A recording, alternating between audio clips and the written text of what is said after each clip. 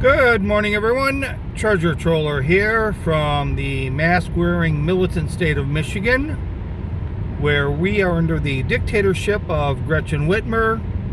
And if you don't believe me, just ask Kelly Stafford. So today, I'm going to talk a little bit about a bill that our dictator Gretchen Whitmer signed into law.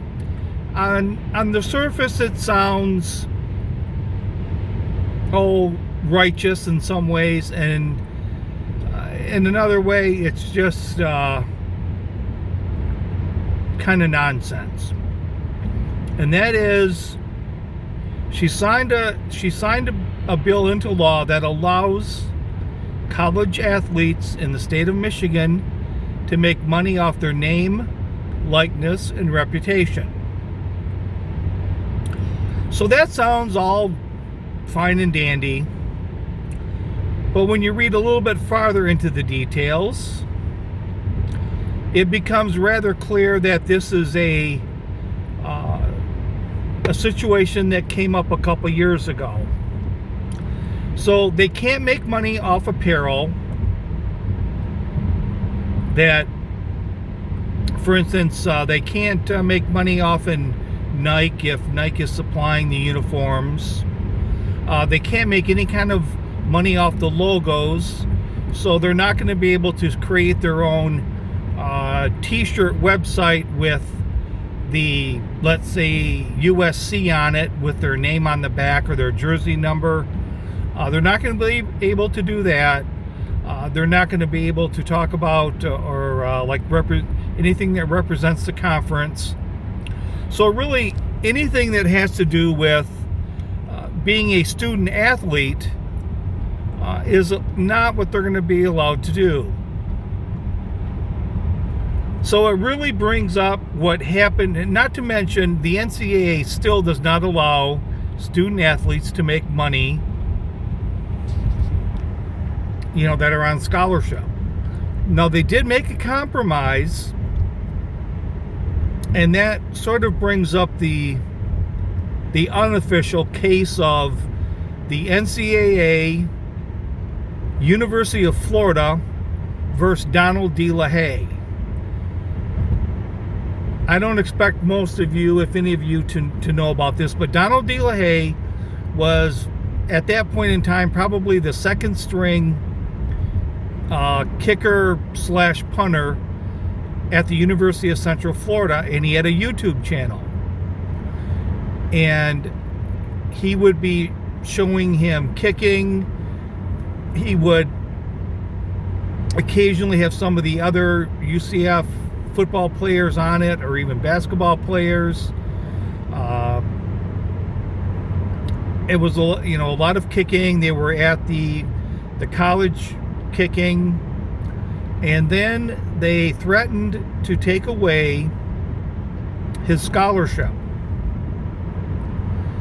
And eventually what it came down to was Donald De La Haye the NCAA was going to allow him to keep his YouTube channel, in a sense, use his likeness, his reputation, make money off his name, but he could in no way, shape, or form sort of promote football, promote UCF, promote kicking. He couldn't have a football in his hand and talk about ice cream. So it's really Donald De La Haye, once again, that they've just wrapped it up into, it's the same thing. And Donald De La Haye, in the end, decided he was making more money on YouTube at that time than it was worth staying at University of Central Florida on a kicking scholarship. Now, upon his dismissal from school, the first thing he did was basically plead with his subscribers and whatnot to donate money for his tuition. But I'm sure Donald did fairly well off his YouTube channel.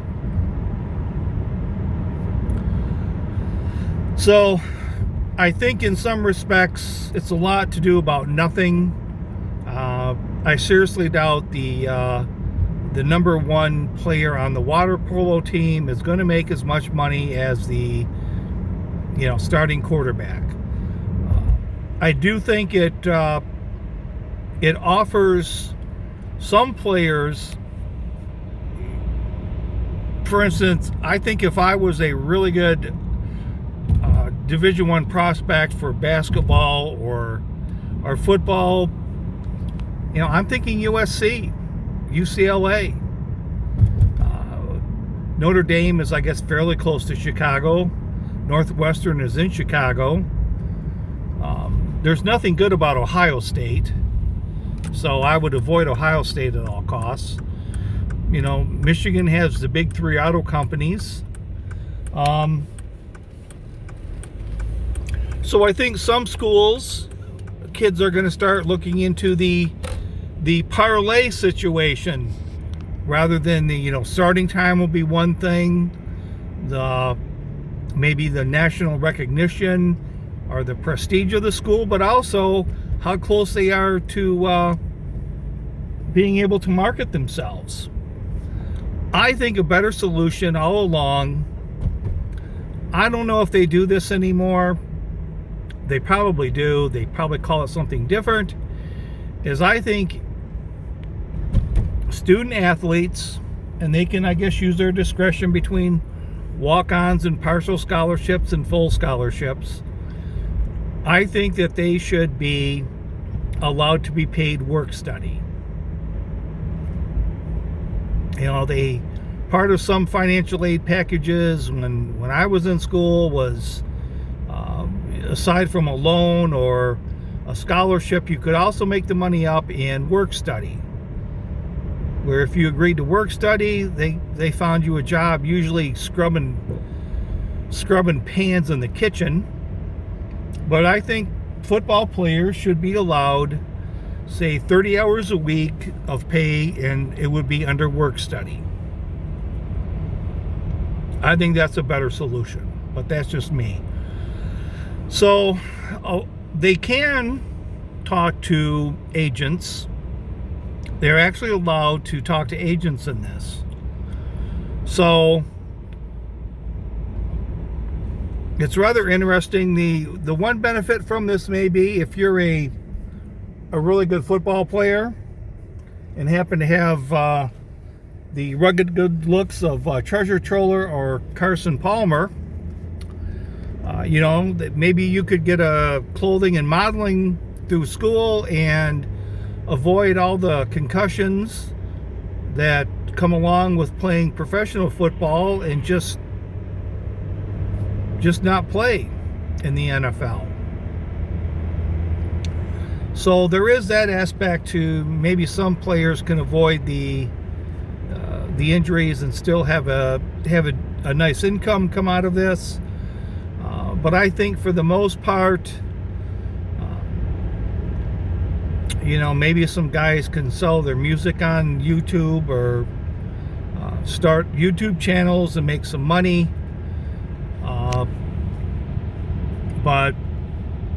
And like I said, the NCAA, it doesn't allow student athletes to make money right now. I'm sure it's going to change. I mean, it took them a while to change to the playoff system for football. So I imagine it's coming around the corner, but you're not going to see these kids representing Nike or Under Armour. You're certainly not going to see them playing football on Saturday and wearing Under Armour in a commercial on Sunday before the Sunday night football game. So it might be rather interesting to see what happens along these lines. But Donald De La Haye is probably... I may have to just check his channel out sometime in the near future. I know he did sue. I don't know how those lawsuits ever came out. I think his YouTube name is something like Destroying or Destroyer, something like that. If you want to go back a couple years ago and check out a couple of his vlogs. that he talks about this and what he went through at Central Florida. But I mean, I don't really understand what they're going to make money on. They cannot really promote what they're actually doing at school. So it allows them, I guess, YouTube channels, Twitch streams, maybe start podcasts and get sponsors, modeling contracts or something like that. But for a couple, hey, it may be an alternative to be playing in professional sports. And I think that some of the schools that are in the advertising meccas and the Los Angeles area are going to greatly benefit from this. It's pretty hard to compete with the opportunities that are available to you on Madison Avenue and in Southern California. So I guess I'd be looking for, once this goes into effect for all for all colleges, I'd start, if I was a betting man, and I am, I would look for the return of the USC, UCLA schools as being perennial powers, because the premier athletes are going to go there because they want the lucrative advertising and promotional contracts. So this is Treasure Troller saying aloha and good day.